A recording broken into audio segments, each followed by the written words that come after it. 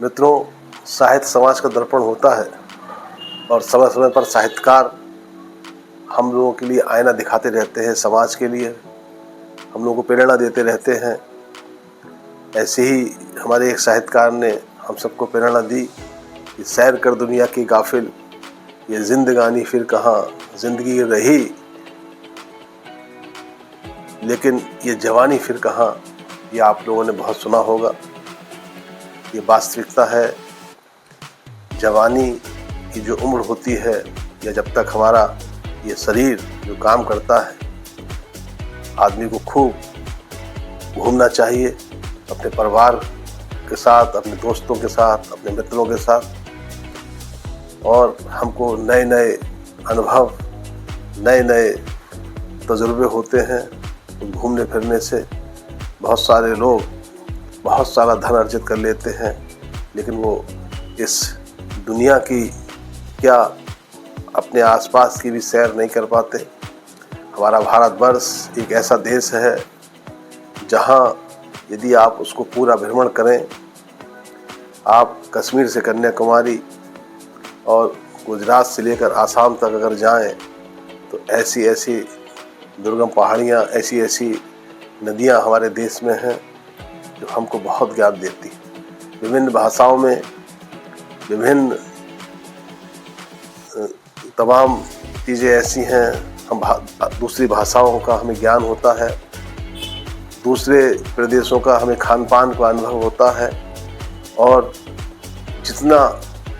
आपके पास समय है उसका सदुपयोग करें। सैर करने से आजकल आप देख रहे होंगे कि हमारे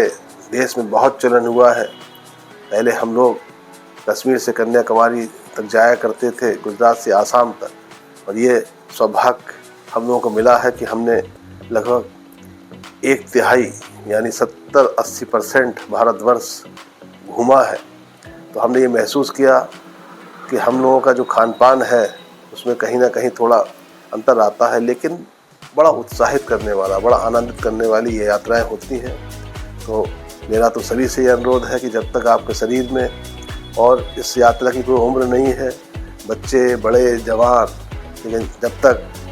आपके शरीर में ताकत है आप उसका सदुपयोग कीजिए और इस देश की पहले सैर करिए। उसके बाद अगर आपके पास समय मिले तो आप इस दुनिया की सैर करिए। और भारत की यात्रा करने के बाद आपको तमाम ऐसी चीज़ें देखने को मिल जाएंगी आज भी, कि जो हम लोग आजकल टीवी पर देखते हैं या सुनते हैं या मोबाइल पर देखते हैं, और जो वास्तविक में हम लोग देखते हैं तो हम लोगों को बहुत आकर्षित करती है, हमारे मन को आनंदित करती हैं। और इसके साथ साथ हम जो सैर करते हैं और घूमते फिरते हैं, और हम तमाम ऐसी जगह पे भी जाते हैं जो बड़े हम लोगों को प्रेरणा देती हैं, हम लोगों को प्रेरणा स्रोत होती हैं। और कभी कभी तो ये भी कहा जाता है कि इन यात्राओं से हमारा जहाँ हम जाते हैं वहाँ तमाम धार्मिक स्थल भी होते हैं, उनके भी हम लोग दर्शन करते हैं, तो हमारा भाग्य उदय भी होता है, हमारा एक मन प्रसन्न होता है, और हम कई गुना अपनी ऊर्जा के साथ जब वापसी पर आते हैं तो हमें एक नया उत्साह होता है, और हम नए उत्साह के साथ, नवीन उत्साह के साथ, आजकल एक बहुत बड़ा चलन चल गया है, तमाम विदेशों से भी हमारे यहाँ तमाम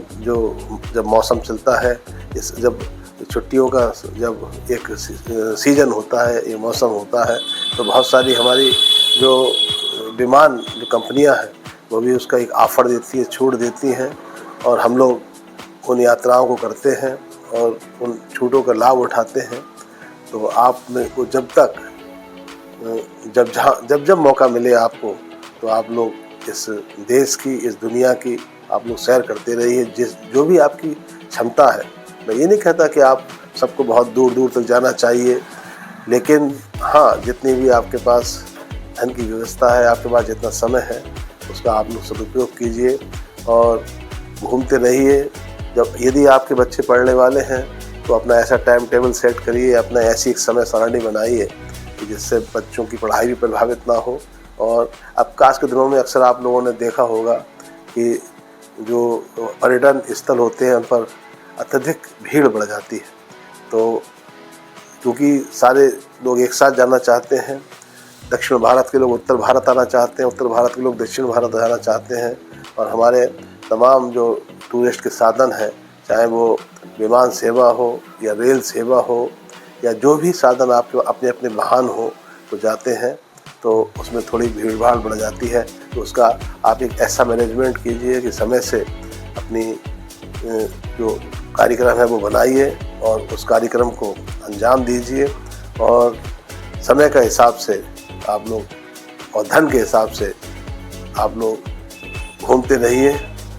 व्यस्त रहिए, मस्त रहिए, लेकिन आप लोग इस दुनिया की सैर करते रहिए, क्योंकि हमारे तमाम साहित्यकारों की जो बातें हैं वो निश्चित रूप से बिल्कुल सही होती हैं, और वो उन्होंने जो हमको एक संदेश दिया है उसका हम लोग कहीं ना कहीं उसको हमें दृष्टिगत रखते हुए हमें उसका उपयोग करना चाहिए।